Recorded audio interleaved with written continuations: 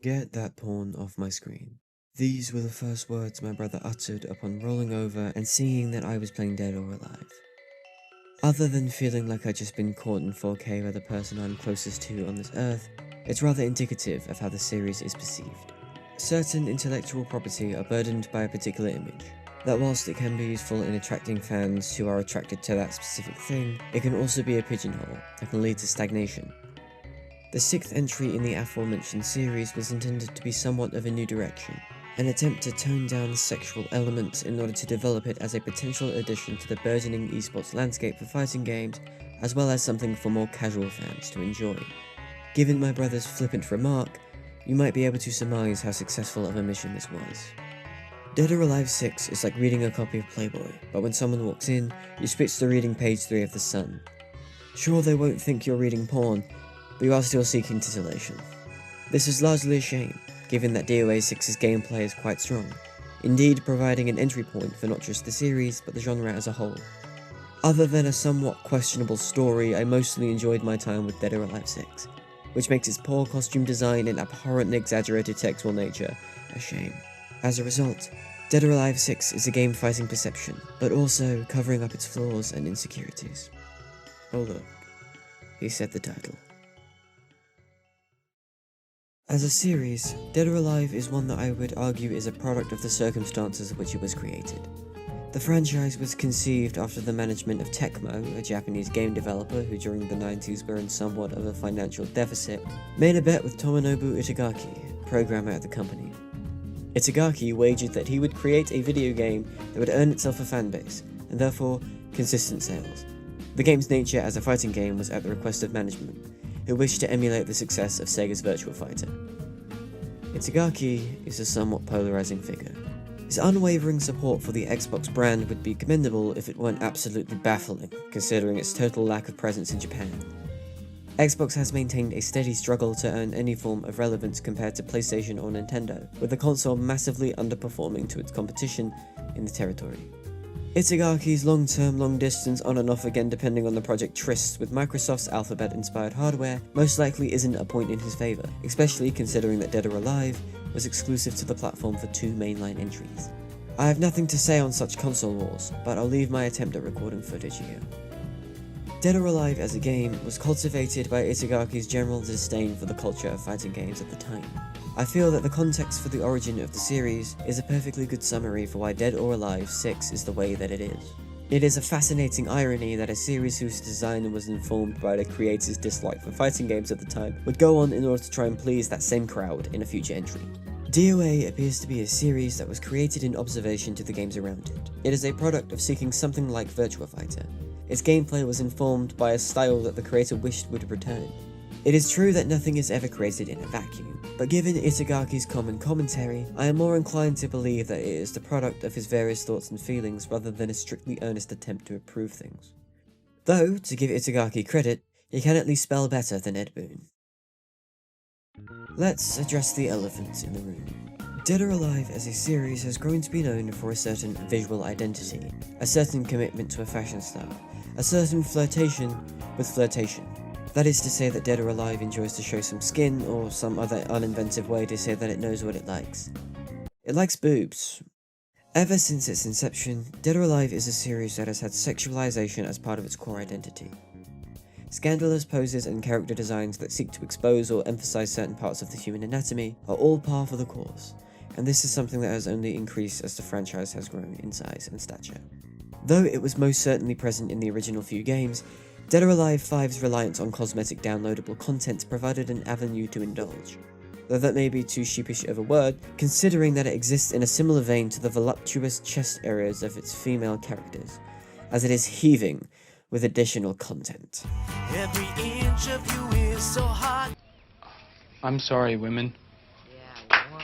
The release strategy was to release the game with a free-to-play version, which contains a limited selection of characters and stages. Players can purchase specific characters and costumes if they'd like, or spring for the full game. Almost entirely cosmetic in nature, the continued support of the game with new costumes allowed for a real variety. Fanservice was the name of the game for much of the post-launch release. Historically, this has favoured the women, especially given a general passion for developing state-of-the-art jiggle physics. Not that I wish to ponder so much on how much boobs move. As for why Dead or Alive in particular is renowned for the sexualization of its characters when it's not uncommon for fighting games to do so, I imagine it has to do with how open it is regarding it.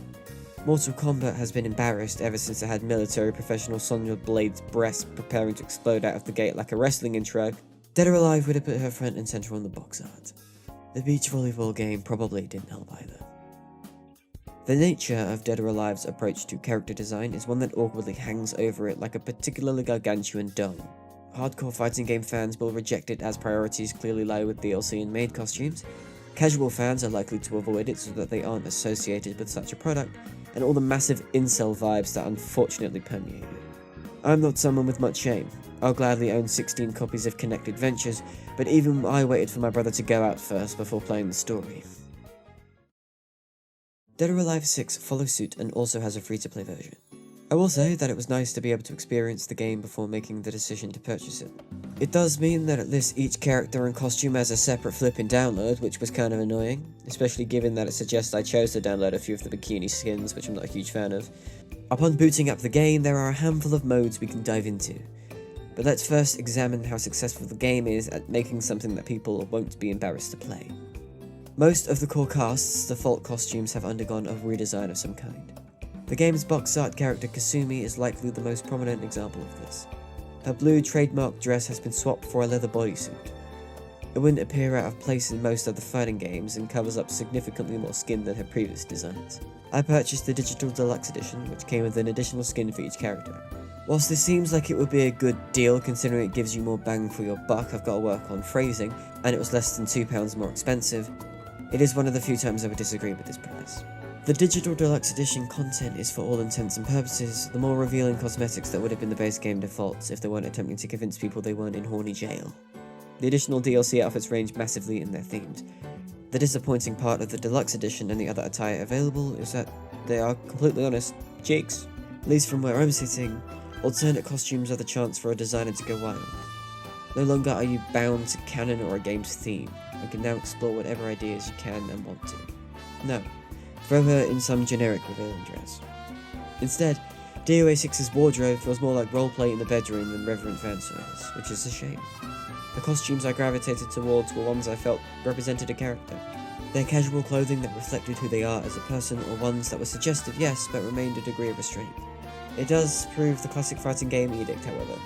Alternate costumes for women are bunny costumes. For men, it's wrestling. Aside from the typical versus mode that just allows you to pick a fighter and play one match with them, we also have arcade, which allows you to progress through a ladder of the other fighters. It's a good way to test out a character for a slightly more extended time and has a leaderboard of your score. Survival mode is a similar gauntlet where you fight a string of opponents until you win a set number of fights or are defeated. A certain amount of damage is carried over, and as a result, playing skillfully makes future fights easier, and also earns you a higher score. Time attack mode is a similar string of opponents, but the aim is to defeat each as quickly as possible, as your score at the end is not a number, but a combination of the times each match took. These modes aren't anything that special, but they do provide some variety should you simply wish to test out the gameplay, or need to scratch the itch if you find yourself craving a couple of games. You can choose difficulty options for each of these modes, though rather than making massive sweeping changes to the AI, it instead alters the parameters more often than not, meaning you have to win more matches to complete the attempt or something to that effect. This is a good choice, and reminds me a bit of Perfect Dark, where it is not the AI that changes, but the objective. It is easier to avoid artificial difficulty where it is only the damage or health that changes. It is worth mentioning that my experience with fighting games is small.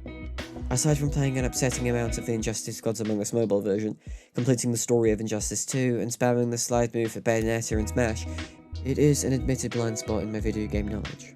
This isn't due to a general disdain for the genre, but more an inability to find a title that I click with. Part of seeking out Dead or Alive was the hope that it was a franchise I was overlooking, and who knows, could be the one that provided a gateway. An awakening, if you will. The moment-to-moment gameplay of Dead or Alive 6, that is to say the actual combat, rather than the game of dress-up, is fundamentally sound and fairly simple to pick up. Given that Dead or Alive 6 presents itself as an entry point, it needs to do more than just cover up the sex parts and have a slightly more user-friendly control scheme. It features DOA Quest, a mode that feels aimed at someone like myself, an unskilled moron with a lack of fighting game literacy and maidens. Quest gives you a list of challenges to complete with a certain fighter. The first is simply to win the match, and the second and third are usually a condition that needs to be met, such as to defeat the enemy in a certain amount of time, or more commonly, execute a specific move before the fight is over. This could be attacking a sidestepping enemy, use a combo throw, or some other fighting game vernacular. DOA Quest is a phenomenal way to introduce people to the series, as it provides a clear mode in order to test your skills. The game does possess tutorials, but the grey box void they take place in, and the feeling that you're reading text larger than J.K. Rowling's ego isn't very accessible. Having an alternative way to learn more complex mechanics in a clear and concise manner is much more fruitful at teaching someone the game, especially since it is a good way to earn parts for cosmetics. Given the emphasis the game places on cosmetics, this is a strong incentive. Other than certain instructions being unclear to any player, Give me a sec to exhale.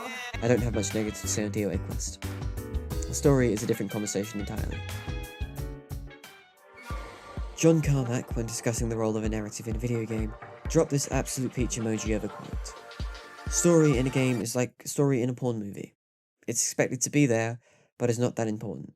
He was talking out of his arse, of course, considering that I feel like video game narratives at this point have proved their worth, though he was 30 years too early, given that I feel like this is a rather succinct description for Dead or Alive 6's story. Historically, the narrative of a fighting game could be delivered in a single paragraph in the manual, to explain why various gods and impossibly ripped mortals were beating the living daylights out of each other. But as technology evolved and audiences began to request more from their fighting games, a story mode became a welcome addition. NetherRealm could be considered pioneers on this front, though other than stellar presentation, they're yet to provide anything of real quality. For some reason, fighting game narratives feel the need to have some sort of cyborg cloning multiverse crap within it, and that ultimately just makes the story suffer as well as the player. Dead or Alive 6's decision to include a story mode, I imagine, is part of its overall plan to alter perception. Such a mode is an easy way to have a new player complete a selection of fights, preparing them for any possible escapades in the online infrastructure. Rather than opt for a traditional delivery method for its narrative, Dead or Alive 6 has a baffling grid of mainline chapters and side ones that you select. You unlock main chapters and missions by completing the last one sequentially. Side chapters seemingly unlock whenever they felt like it, and often in a strange order. It doesn't mark anything as main content or side content, but the way it's laid out means that it's very easy to miss an event that explains something. I shouldn't feel like I'm piecing together the main narrative in a fighting game, my lord. Shouldn't feel like I have to figure out what part of the context I should play when and where. This is something that would be minor if the overall execution wasn't also terrible. Cutscenes have an air of amateurness permeating them. Lip syncing is non-existent, the performances of each character are grating and made me want to throw my Xbox out of the window. I'm a Life is Strange fan, goddammit, and even I couldn't get through this level of cringe. This is derived from the game's tendency to demand that you take it seriously. Whilst I would love to dissect the storyline, the incredibly disconnected means of delivery means that I'm not confident in doing so. I understand that an organisation called Mist was seeking out Honoka, a contestant in the Dead or Alive tournament, due to her seeking ability to replicate. Then several ninjas go to hunt down Raidu, and I give up. This is not a story that matters whether you understood it or not. It's like porn. It's here to fill time until the next moment of climax. The next fight, or asphyxiation, or whatever porn you like, I won't judge. It's a shame that such an analogy fits so well. I will say that Honoka being the semi-prominent part of the narrative is disappointing. If DOA ever wants to change perception of itself or be taken seriously as a competitive fighting game or in casual circles, it must resist doing anything even remotely close to this again. As I neared the completion of the story mode, my thoughts turned away from what was happening in its plot, and more to assessing the degree of success that the game manages to alter perception of itself. The more I thought about it, the more I questioned what the idea of changing perception is. DOA 5 capped out at 12 million downloads, including the free-to-play version, and so it could be considered that this is the upper bound of the potential audience, the glass ceiling that the franchise can reach.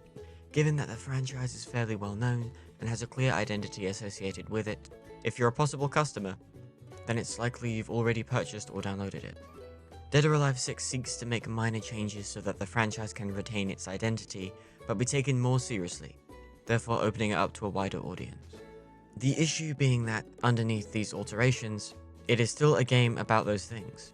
Therefore, Dead or Alive 6 is not a game about changing perception to be less sexual, but about changing perception to be viewed more seriously at a single glance. Dead or Alive can never be considered serious, as it is juvenile in the way it presents its ideas. Rather than taking the time to design costumes that are promiscuous but are also reflections of the characters, it just throws a season pass filled with cliche costumes that cost more than the game. It takes strides to include a story and be accessible, but then cuckolds itself by making that story heavily feature a schoolgirl character with an in-motion brassiere. Being sexual is not an inherently embarrassing idea. Bayonetta is a character that is rather sensual, but the game is also willing to note this. There are moments when it feels as though she's not only flirting with the other characters, but the audience themselves, knowing what they want and teasing them for it. DOA 6 doesn't have this, and as a result, it feels like the male power fantasy. DOA doesn't understand that sometimes playing with your audience can be attractive as well. It doesn't help that every character in DOA is conventionally attractive and presumed straight. At least for me, I don't think Dead or Alive has grown up yet. If you want to appeal to the West, Tecmo, you can start by realizing that beauty isn't just putting a typically attracted woman in a maid costume. But DOA hasn't realized that.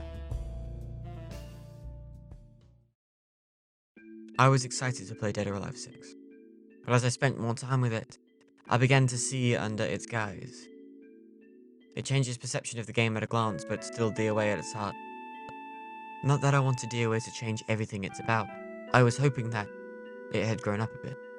I was hoping that its changes were more than just skin tight.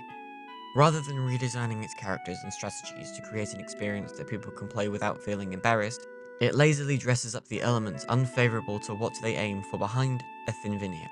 It makes changes to be a starting point and to be taken seriously as a fighting game, but then harbors conflict with those ideas by having various milkmaids available at $3.99 a pop. I enjoyed my time with Dead or Alive 6 when it was being a fighting game friendly to newcomers. I hated my time with Dead or Alive 6 when it was being lazily slapped together porn that's clapped and needs to wrap up whatever crap it's fapping to. Word to your mother. Actually, don't show your mother this. If you have a game you would like me to make a video on, please leave it in the comment section. If not, I hope you're having a good day, and I'll see you in the funny pages. You came here blowing my mind, baby.